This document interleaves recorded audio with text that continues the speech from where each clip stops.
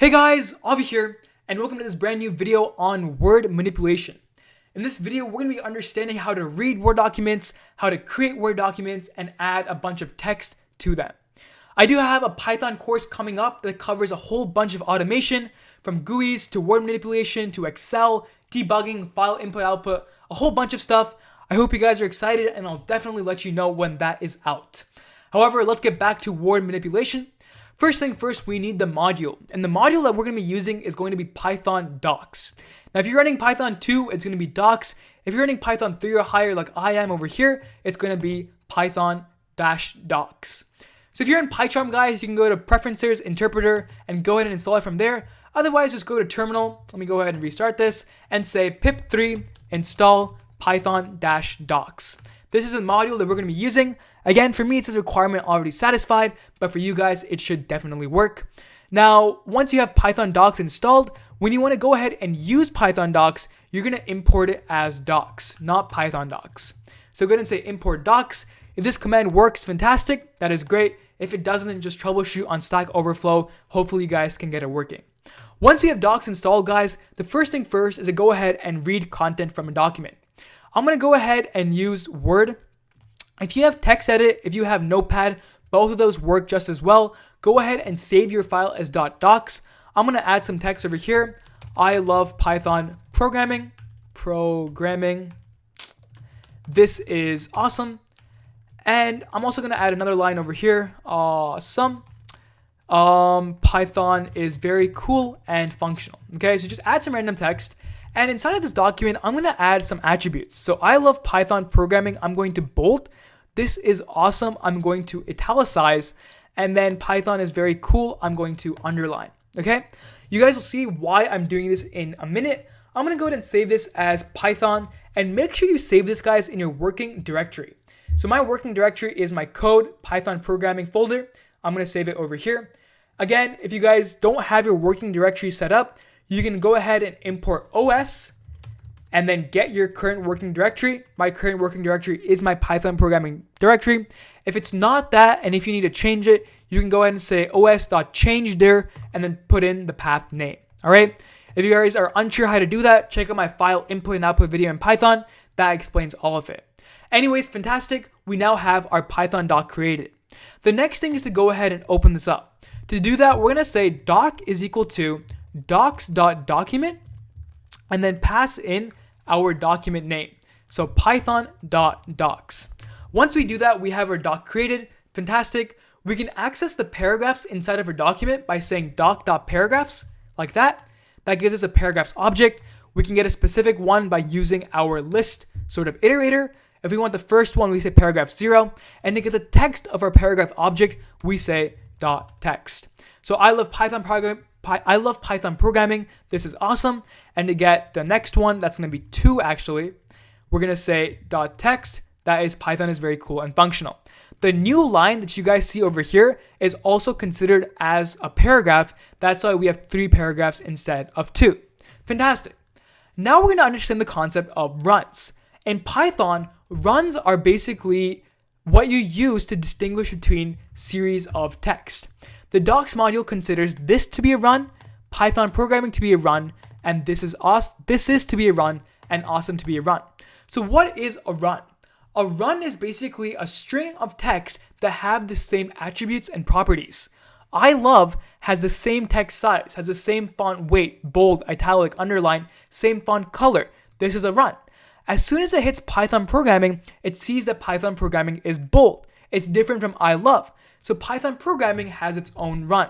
This has its own run. Awesome is italicized, so it has its own run. Every single time an attribute changes, a new run is created. You can go ahead and access those runs by saying .paragraphs and then specify the first paragraph .runs to get all the different runs inside of that paragraph. In this scenario, there are quite a lot. Now we can go ahead and access those runs by saying doc.paragraph0.runs 0 to get the first run and then .text to get the text of that run. So in this scenario, my first run is I love. After that, my next run should be Python programming. I can go ahead and test that out by saying runs1.text Python, I guess because of the space, because the space does not have a bold, And then if I say run 3, I should get programming. Fantastic. So that is the basic gist of how your runs are going to work, guys. The reason why Python and programming are considered separately is because I did not bold the gap in between. If I had selected this entire text and said bold like that, then I would have gotten one single run. But by doing each one individually, this left the blank as unbolded, and that's why Python considered this and this to be separate runs. Anyways, fantastic. So the runs concept in Python allows you to access your attributed text. So if you have specific text that's underlined and you want to access that, you can get to that run and then do whatever you want with it. Now that we've understood how to read our Python text, we can go ahead and understand how to write to it. Let's go ahead and restart our console and create a Python document. So import docs, and then we're going to go ahead and say document is equal to docs.document. That's it. If you don't pass in anything into the brackets, that signifies or tells Python that, hey, I want to create a document, okay? To add text to a document, we're just going to say doc.addParagraph, add paragraph. You can specify some text. This is some text. This is some text. Fantastic. Now we can also specify another paragraph object. We can say para object is equal to doc.addParagraph, add paragraph, and then say I love Python. This will add another paragraph.